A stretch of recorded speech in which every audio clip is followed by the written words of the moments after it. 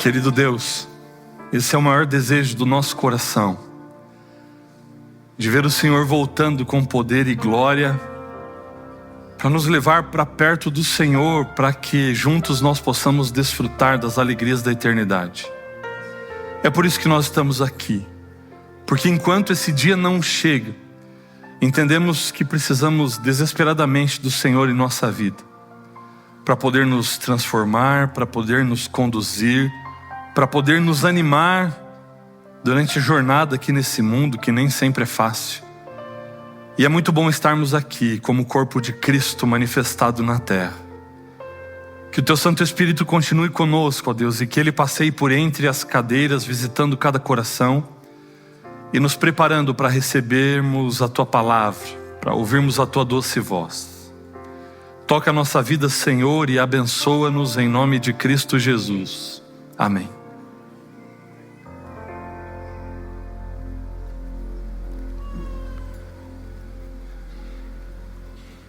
Bom dia, feliz sábado para você. Que bom que você veio para juntos nós termos uma experiência real e transformadora com Deus. Essa é a Nova Semente, uma comunidade da Igreja Adventista do Sétimo Dia. E antes de nós irmos para a reflexão, eu tenho só alguns recados. O primeiro deles, tem gente ainda querendo entrar, então você tem alguma bolsa cansada na cadeira aí? Pega ela no seu colo, e se você puder disponibilizar o seu lugar aí do vago do seu lado, para alguém que está ali à porta querendo entrar, só levantar a sua mão, fazer um sinal para a nossa equipe de diáconos aí, eles vão acomodar as pessoas que ainda desejam entrar. Nós estamos no terceiro episódio da nossa série Espiritualmente, que é para a gente falar um pouco das emoções, mas dentro da perspectiva espiritual, da perspectiva bíblica a respeito dessas emoções. E nós já começamos a falar sábado passado a respeito do nojo, para desenvolvermos de fato o nojo por aquilo que é ofensivo e é nocivo a nós, que é o pecado. E hoje nós vamos falar a respeito de outra emoção retratada nesse filme, nesse desenho infantil, que é o medo. Você tem medo? Já sentiu medo alguma vez? O medo já te paralisou, já te fez tomar atitudes e decisões arriscadas, precipitadas. O medo, segundo o dicionário, ele é um estado afetivo suscitado pela consciência do perigo, ou de algo contrário que suscita essa consciência, né? Enfim, uma situação de risco, de uma situação de perigo, ela suscita então esse sentimento, essa emoção. Tem que ver com temor, ansiedade irracional ou fundamentada, receio. Isso é o medo. E eu tomei um tempo para pesquisar a respeito de alguns medos que eu sinceramente nem sabia que eles tinham classificação. A gente às vezes tem medo de algo que realmente seja aparentemente perigoso, mas existem alguns tipos de medos, como por exemplo, eisoptrofobia. Você sabe o que é isso? Será que você tem eisoptrofobia? E a fobia seria essa nomenclatura usada para o medo, né? Eisoptrofobia é medo de espelhos e de se olhar neles. Você tem esse medo aí, será? Laxanofobia. Alguém aqui tem laxanofobia? Sabe o que é isso? É o medo de vegetais, que pode ser causado pelo seu cheiro ou pela sua textura. Ancraufobia, medo de tempestades, furacões e ventos. Nomofobia, esse aqui eu acho que muitos aqui têm. Sabe o que é nomofobia? Medo de ficar sem sinal no celular. Eu acho que esse afeta muita gente. A nomofobia.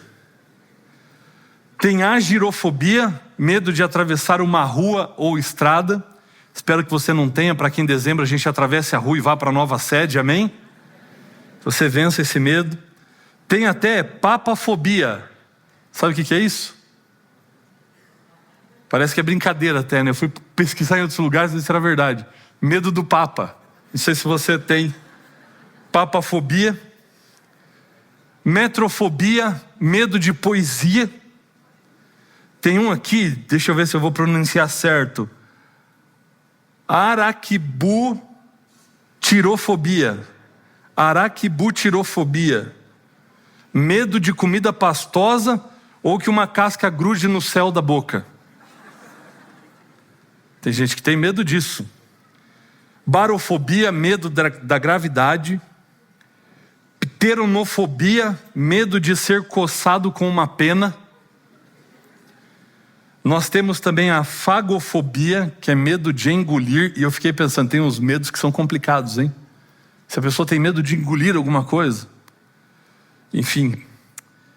Onfalofobia, medo irracional de umbigos. Eu não sabia disso. Que tinha gente que tem medo de umbigo. Pogonofobia. Esse aí eu espero que vocês não tenham. Até para vocês serem empáticos a mim, porque é a versão a barbas. É a pogonofobia. Tem a pantofobia, que é simplesmente um medo de todas as coisas. E tem gente que tem pantofobia. E tem a fobofobia, que é medo de ter alguma fobia também. Muitas pessoas têm esses tipos de medos. Eu achei interessante. E o medo faz parte da nossa história, da nossa realidade. A gente tem essa emoção, a gente sente isso.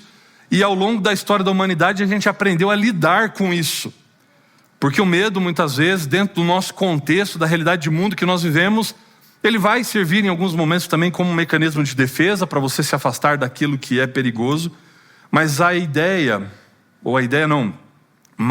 verdade é que quando a gente leva essa questão do medo para o campo espiritual, o medo ele é vilão. E eu gostaria de tratar um pouco disso a respeito do que a Bíblia fala a respeito do medo e como ele é esse vilão no aspecto espiritual, no contexto de todos nós aqui, através da palavra de Deus. Então, se você tem aí a sua Bíblia, abra em Romanos capítulo 5.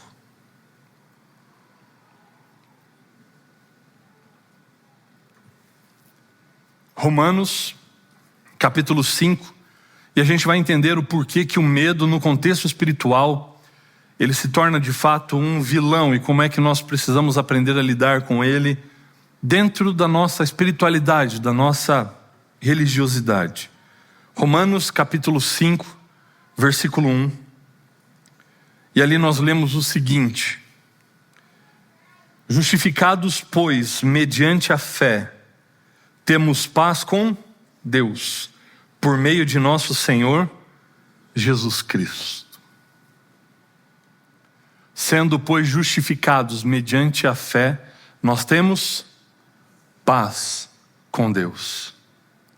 Quando você tem um encontro com Jesus, e quando você entrega a sua vida a Jesus, sabe qual é a primeira coisa que Ele dá para você? É paz.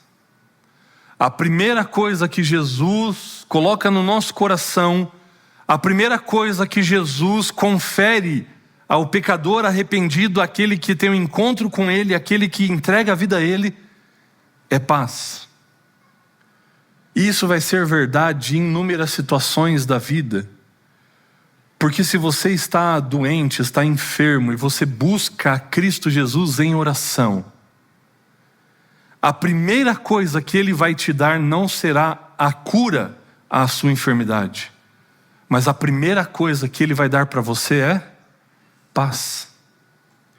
Se você está endividado, não sabe como pagar as suas contas, como pagar as suas dívidas, não tem os recursos, e você busca a presença do Senhor e pede a Ele que te ajude a sair desse buraco financeiro no qual você entrou, a sair dessa angústia causada pelas dívidas que você contraiu, a primeira coisa que Jesus vai fazer não é te dar 10 mil ou 20 mil reais, ou o valor que seja, para você pagar a sua dívida, mas a primeira coisa que Ele vai te dar é paz. Se o teu casamento está destruído, se você está com problemas nos seus relacionamentos, e você busca ao Senhor Jesus, a primeira coisa que Ele vai te dar não é a restauração do seu casamento, mas a primeira coisa que Ele vai te dar, em meio a toda essa turbulência, é paz. Está com problema lá no seu trabalho? tem um chefe pegando no seu pé, a pressão está muito grande sobre você. Você gostaria que Deus se manifestasse, tirasse todo mundo dali para você ficar tranquilo ali? A primeira coisa que Deus vai fazer não é tirar o seu chefe da posição dele, mas a primeira coisa que Deus vai fazer é te dar paz. De repente eu estou falando para pais que têm os filhos no mundo das drogas, perdidos por aí, envolvidos com algum vício, com algo que vai acabar com a vida deles. E você busca ao Senhor pedindo para que Deus se manifeste, para que Deus faça alguma coisa e o tire dessa condição. A primeira coisa que Deus vai te dar não é tirar o seu filho dessa condição, mas a primeira coisa que Ele vai te dar é paz. Mas Deus não vai resolver o meu problema, não vai resolver a minha situação? Vai. Deus tem poder para resolver tudo isso, para curar, para providenciar os recursos, para restaurar o seu casamento, para resolver os problemas lá no seu emprego, para cuidar dos seus filhos. Deus tem poder para fazer tudo isso e muito provavelmente Ele o fará. Só não o fará se Ele tiver um outro plano, um outro propósito muito específico, que aí não está na nossa alçada aqui. E eu não estou dizendo com isso que Deus não vai resolver, mas o que eu estou querendo dizer é que antes de recebermos a provisão de Deus manifestada na solução dessas situações, a primeira coisa que Deus vai dar para mim e para você é paz. E por que é que Deus faz isso? Por que é que a primeira coisa que Deus vai nos dar nessas situações é a paz? É por conta do que aconteceu lá no princípio. E toda vez que eu penso nesse verso, eu me lembro de uma história também de um pastor recém-chegado num distrito. E ele começou a visitar os membros das suas igrejas. E ele foi até a casa de um membro e tocou a campainha e ninguém atendeu, bateu palma e ninguém atendeu. Ele até percebeu um certo movimento lá dentro da casa. Parecia que tinha alguém, mas ninguém atendeu. Ele tocando ali a campainha, batendo palma no portão. E antes de ir embora, o pastor pegou um papelzinho, uma caneta e escreveu um versículo bíblico para aquele membro da sua igreja. E ele escreveu o que está escrito em Apocalipse 3:20 e deixou na caixa do correio. E no verso de Apocalipse 3:20 estava escrito: eis que estou à porta e bato. Se alguém ouvir a minha voz e abrir a porta, então eu entrarei e cearei com ele e ele comigo. E a semana passou e no sábado o pastor estava pregando e viu que aquele membro que ele tinha ido visitar durante a semana e que não tinha atendido estava ali na igreja. E ao final do culto o pastor estava à porta e estava cumprimentando e se despedindo das pessoas. E quando esse irmão da igreja passou, ele colocou a mão no bolso do paletó do pastor e o pastor entendeu que ele tinha deixado alguma coisa ali. E depois que o pessoal foi embora, o pastor pegou o papelzinho e quando ele foi ler, o irmão escreveu o que está em Gênesis 3:10. E o pastor leu o seguinte: ouvi a sua voz no jardim e porque estava nu tive medo e me escondi. E eles começaram assim uma amizade que dura até hoje. Gênesis capítulo 3, versículo 10. Por que a primeira coisa que Jesus vai dar para você é a paz? É porque o medo foi o primeiro sentimento que veio depois da entrada do pecado. Por isso que na história da humanidade espiritual, o medo ele é um vilão. Porque até Adão e Eva comerem do fruto, eles não sabiam o que era medo. Eles nunca tinham experimentado essa emoção. Eles nunca tinham experimentado esse sentimento. Eles nunca tinham tido no seu corpo a reação que essa emoção lhes trazia agora depois de terem comido do fruto. E quando Deus aparece no jardim para falar com eles, essas são palavras de Adão. Porque no verso 9 Deus pergunta a Adão: onde você está? Porque ele não estava no lugar onde eles costumavam se encontrar todo final de dia ali. E Adão disse: eu ouvi a sua voz no jardim. E porque eu estava nu, eu tive medo e me escondi. E a partir desse momento da história do homem, Satanás entendeu que o medo poderia ser uma grande ferramenta para afastar o ser humano de Deus. Porque Adão e Eva sentem medo. E o que eles fazem como consequência disso? Eles se afastam, eles se escondem de Deus, se escondem do seu Criador. O homem teve medo e se escondeu. É por isso que a primeira coisa que Jesus dá quando você encontra-se com Ele é a paz. Jesus, ele tira o medo e coloca a paz no lugar. E por que é que ele tira o medo? Porque o medo entorpece os nossos sentidos. Quando o medo toma conta, as decisões tendem a ser irracionais, tendem a ser não pensadas, não programadas, tendem a ser fruto de um impulso da nossa natureza essa caída, corrompida. Agora, quando você deixa o medo de lado e você tem paz, você consegue enxergar as coisas de uma maneira muito mais clara, de uma maneira mais profunda. É por isso que para inúmeras pessoas na Bíblia, quando elas estavam aflitas, quando elas estavam com medo, diante de grandes desafios, diante de grandes problemas, Deus vai aparecer para elas e vai dizer: não temas. Foi assim com Abraão. Quando Deus faz o chamado para ele, diz assim: Abraão, não temas. Quando Deus chama Jacó para ir para o Egito, Deus vai dizer: não temas. Quando Josué vai substituir Moisés com a missão de que o povo atravessasse o Jordão e conquistasse a terra prometida, Deus vai dizer: ser forte e corajoso, não temas, não tenha medo. Quando Josué vai liderar o povo na batalha contra os 135 mil midianitas, ele está com medo de morrer porque o anjo do Senhor apareceu para ele, e Deus o aparece de novo e diz assim: Gideão, não temas. Eliseu, quando estava no monte, ele pediu para que os olhos do seu servo fossem abertos, e ele diz: não temas, porque mais são os que estão conosco do que os que estão contra nós. Não temas, não tenha medo. Inúmeras vezes Jesus vai dizer isso também: não temas. E eu quero voltar a uma história da Bíblia que eu já preguei sobre ela aqui, mas existem mais detalhes que nós podemos sorver dessa história. Eu gostaria de voltar a ela com vocês. Mateus capítulo 14. E nós vamos entender como Jesus agiu no meio dessa situação e por que ele fez o que fez, na ordem em que fez. E essa história vai corroborar com a ideia do início dessa reflexão, de que a primeira coisa que Deus vai dar é paz, antes mesmo de resolver a nossa situação. Mateus capítulo 14, a partir do verso 22, e ali nós lemos o seguinte: logo a seguir, compeliu Jesus os discípulos a embarcar e passar adiante dele para o outro lado, enquanto ele despedia as multidões. E despedidas as multidões, subiu ao monte a fim de orar sozinho. Em caindo a tarde, lá estava ele só.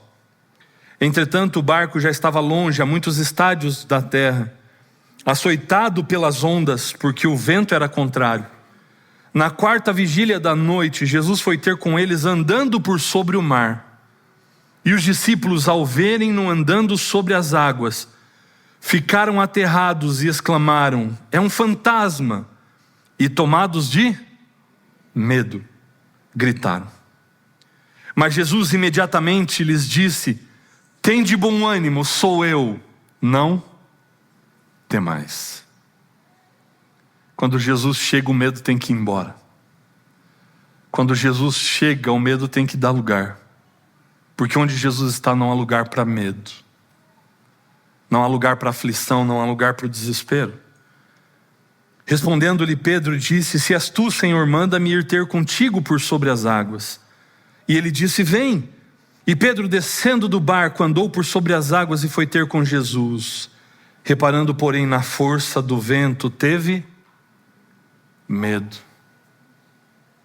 E começando a submergir, gritou: salva-me, Senhor. E prontamente Jesus, estendendo a mão, tomou-o e lhe disse: homem de pequena fé, por que duvidaste?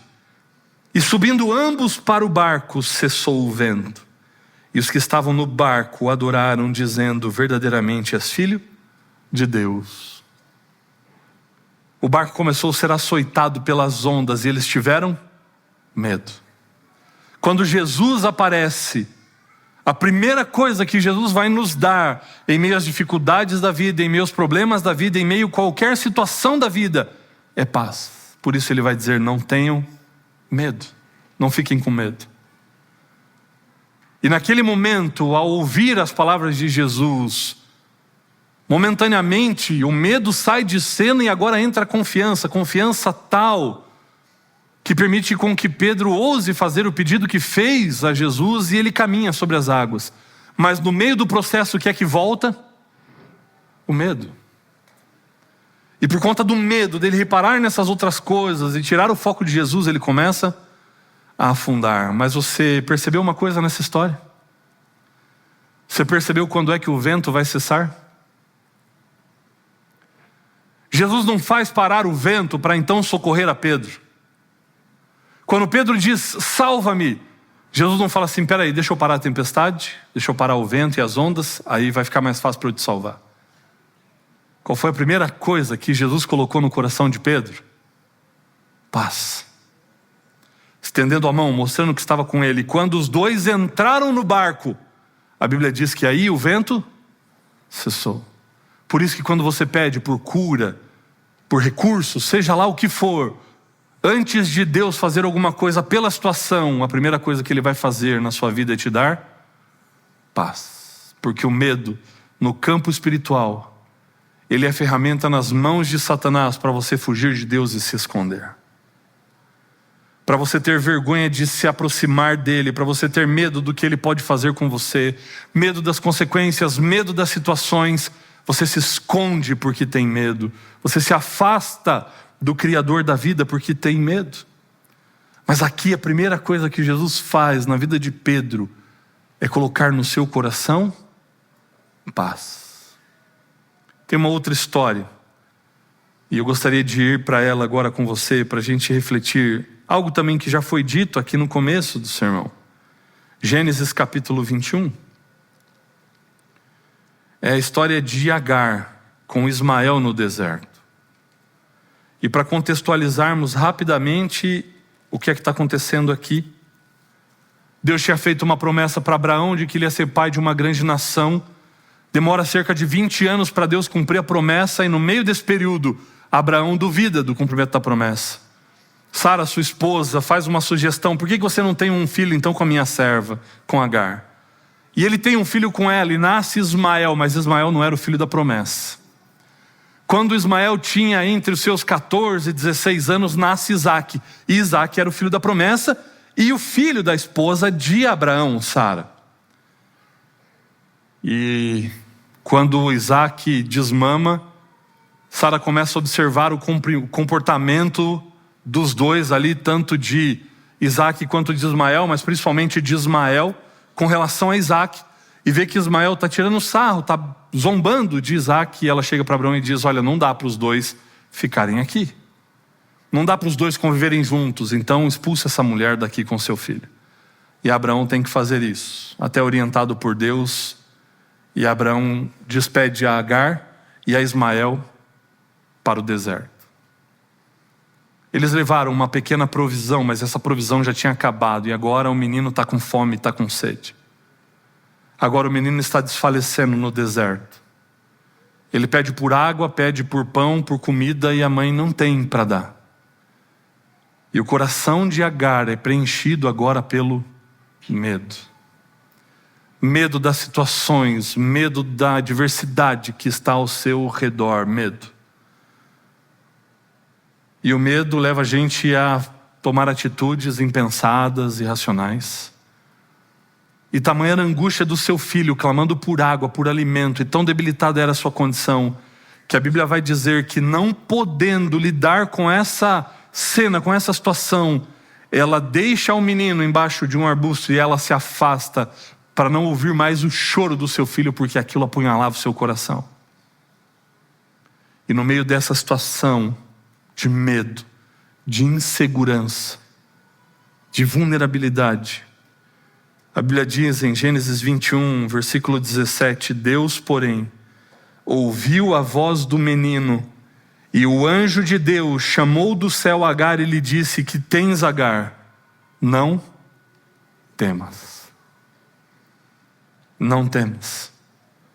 A primeira coisa que Deus faz não é resolver o seu problema, mas é colocar paz no seu coração. Agar, não temas, porque Deus ouviu a voz do menino daí onde está. Ergue-te, levanta o rapaz, segura-o pela mão, porque eu farei dele um grande povo. Abrindo-lhe Deus os olhos, viu ela um poço de água, e indo a ele, encheu de água o odre, e deu de beber ao rapaz. Você percebeu o que aconteceu ali? Ela estava com medo. O medo cega. Quando o medo toma conta, a gente não consegue ver com clareza. O medo entorpece a nossa mente, os nossos pensamentos. E ela sentia tanto medo que ela não conseguia ver o poço que depois ela passou a ver. O medo a cegou de tal maneira que ela não conseguia ver que a solução já estava ali. Porque o medo cega. O medo entorpece a nossa mente. Mas aí aparece o anjo do Senhor, e a primeira coisa que o anjo do Senhor diz é: não temas, não temas. E aí a Bíblia diz que Deus abriu seus olhos, porque a paz começou a reinar. E quando você tem paz, você consegue ver as coisas com clareza. E quando a paz reinou no seu coração, ela pôde ver ali perto um poço. E ela vai até o poço e dá água para o seu filho. A primeira coisa que Deus vai colocar no nosso coração é paz. E essa foi a promessa que Ele deixou. João capítulo 14, versículo 27. Jesus vai falar isso para nós. Evangelho de João capítulo 14, versículo 27 diz assim: deixo-vos a paz. A minha paz vos dou. Não vou lá dou como a dá o mundo. Não se turbe o vosso coração, nem se atemorize. Essa é a promessa do Senhor. Porque onde há a paz de Cristo Jesus, não há lugar para medo. E aí a gente precisa olhar para a nossa vida. E você tem andado mais em paz? Ou mais com medo? Está com medo do quê? Eu sei que talvez você esteja precisando de uma resposta, precisando de um milagre, precisando de uma intervenção divina, mas está com medo por quê? O Deus que ouviu o clamor desse menino lá no meio do deserto, lá nos confins da terra, Ele pode ouvir você, Ele pode ouvir o seu clamor. E Ele vem hoje aqui para dizer para você: meu filho, minha filha, não tenham medo. A minha paz vos dou. Eu não a dou como o mundo a dá. Ela não é pequena, ela não é passageira, mas ela é completa, ela é suficiente. Para o barco da nossa vida estar sendo agitado pelas ondas tempestuosas e ainda assim nós termos paz. Para os problemas nos cercarem, nos afrontarem, e mesmo em meio a tudo isso nós termos paz. Porque esse é o convite de Jesus para mim e para você, quando Ele diz: não temas. E quando essa paz de Cristo invade o nosso coração, algumas coisas fora do comum e fora do normal acontecem. 1 João capítulo 4, verso 18 diz que no amor não existe medo, porque o perfeito amor lança fora o medo. Perfeito amor é o amor de Cristo Jesus, e a Bíblia diz que nada pode nos separar desse amor. Por isso, por que você está com medo? Não tenha medo da doença, da enfermidade, porque Jesus está contigo. Não tenha medo das dívidas, porque Jesus dará paz para você enfrentar e ver com clareza a solução de tudo isso. Não temas, porque eu sou contigo. E nós poderíamos passar aqui um bom tempo relembrando textos em que a Bíblia fala a respeito disso, como em Isaías capítulo 40 e 41. Não temas, porque eu sou contigo. Eu te tomo pela tua mão direita e te ajudo e te sustento com a minha destra fiel. Não temas, não temas. E o efeito dessa paz que Cristo Jesus pode colocar no nosso coração, ela transcende a nossa compreensão, o nosso entendimento. E quando eu penso nessas coisas, eu me lembro da história de um grande reformador chamado John Huss. teólogo, pensador e reformador tcheco. As ênfases da sua pregação, por volta do 15º século, era a respeito da autoridade máxima da Bíblia e não da igreja. Era contra a venda de indulgências, contra a política que era feita, contra todas essas coisas que eram feitas para enganar o povo. Ele foi condenado como herege por pregar essas coisas. Ele foi chamado diante do concílio de Constança a negar a sua pregação. Mas ele disse que não teria condições de fazer isso porque ele cria piamente naquilo que ele estava pregando. E nesse mesmo concílio, em 1415, ele foi condenado à morte. Mas ele foi condenado a ser morto numa fogueira. E alguém escreveu a respeito dele, dizendo que em 6 de julho de 1415, Hus foi despojado das suas vestes clericais, enfeitado com um chapéu de burro, amarrado a uma estaca no meio da praça e queimado até a morte. Mas segundo relatos de testemunhas oculares, ele confiou sua alma a Deus, de maneira que enquanto as chamas o consumiam, ele cantava um hino a Cristo Jesus. Da onde que vem isso? Isso não é humano. Enquanto as chamas tomavam conta do seu corpo, sabe o que é que reinava no coração desse homem? A paz. Mas não é qualquer paz. É a paz que só Cristo pode dar. A ponto de que enquanto as chamas o consumiam, ele podia cantar um hino a Cristo Jesus. E se o medo é uma armadilha do mal para nos afastar do Senhor, o louvor é a arma do bem para vencer o mal. Porque diante das tormentas, das provações, diante das fogueiras da vida, o inimigo está preparado para ver você blasfemar, para ver você fugir, para ver você se esconder. Mas ele não está preparado para ouvir um louvor a Deus no meio da provação. E a única coisa que pode nos dar condições de fazermos isso é recebermos de Deus a paz que só Ele pode dar. A chama está ardendo em volta de você. Está tudo desmoronando, está tudo queimando em volta de você. Justificados mediante a fé em Cristo Jesus, temos paz com Deus. E eu gostaria de encerrar lendo um de tantos textos que nós poderíamos ler, mas esse fala ao meu coração de maneira especial. Isaías capítulo 43. Deus falou um dia para o seu povo e Ele pode muito bem estar falando isso hoje para mim e para você. Para te dar a certeza que vai trazer essa paz no coração.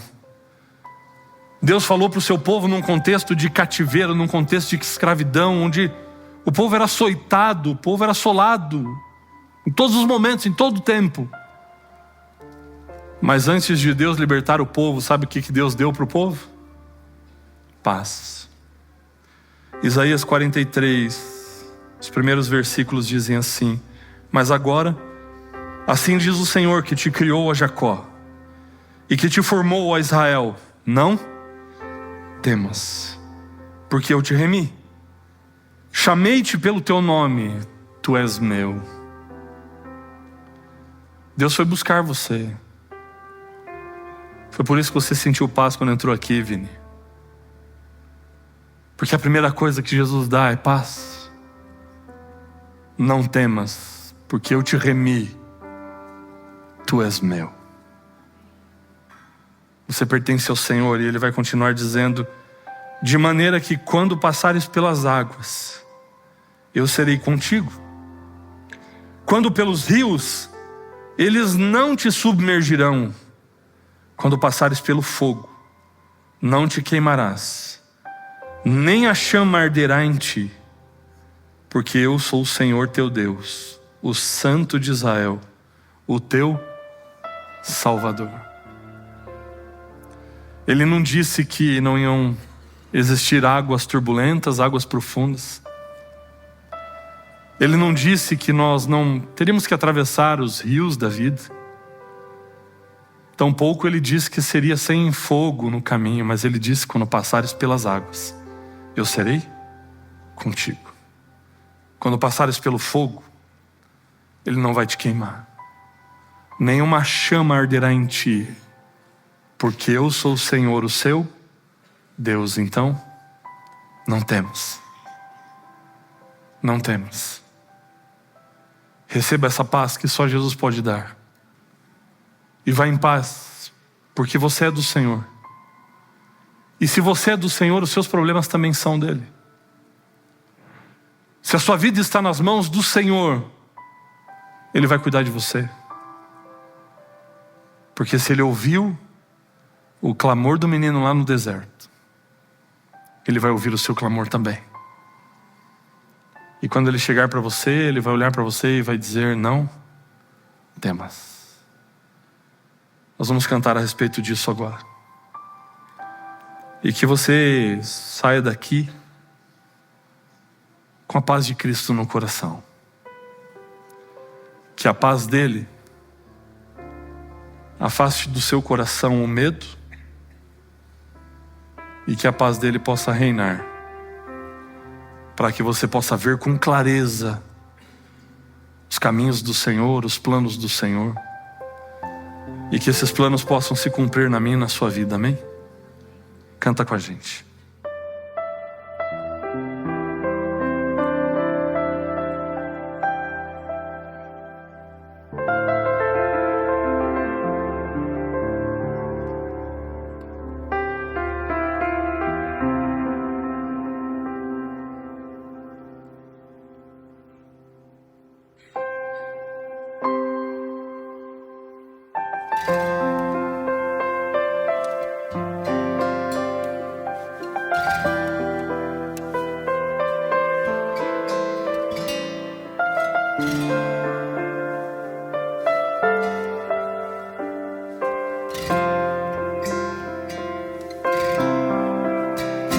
Eu preciso aprender um pouco aqui.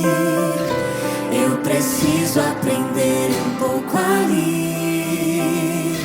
Eu preciso aprender mais de Deus, porque Ele é quem cuida de mim. Se uma porta se fecha aqui, outras portas se abrem ali. Eu preciso aprender mais de Deus, porque Ele é quem cuida de mim. Deus cuida de mim. Deus cuida de mim. Na sombra das suas asas, Deus cuida de mim. Eu amo a sua casa e não ando sozinho, não estou sozinho, pois sei, Deus cuida de mim. Deus cuida de mim. Na sombra das suas asas, Deus cuida de mim. Eu amo a sua casa e não ando sozinho, não estou sozinho, pois sei, Deus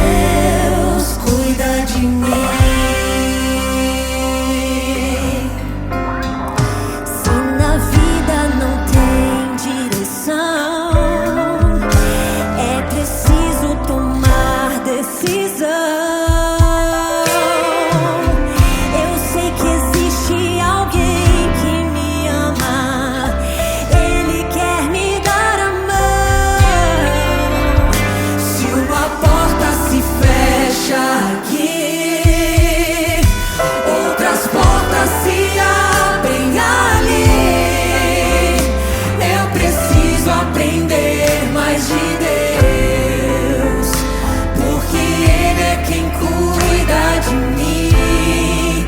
Oh, Deus cuida de mim. Deus cuida de mim,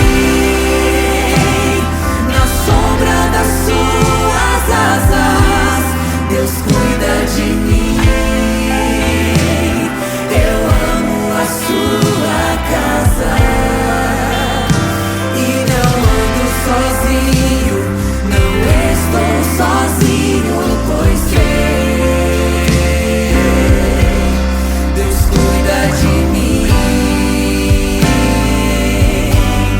Deus cuida de mim, na sombra das suas asas. Deus cuida de mim. Eu amo a sua casa e não ando sozinho, não estou sozinho, pois sei, Deus cuida de mim.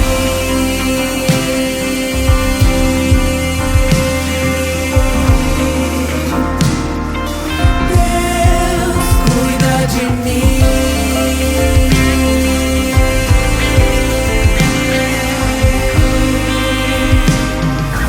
Deus cuida de mim.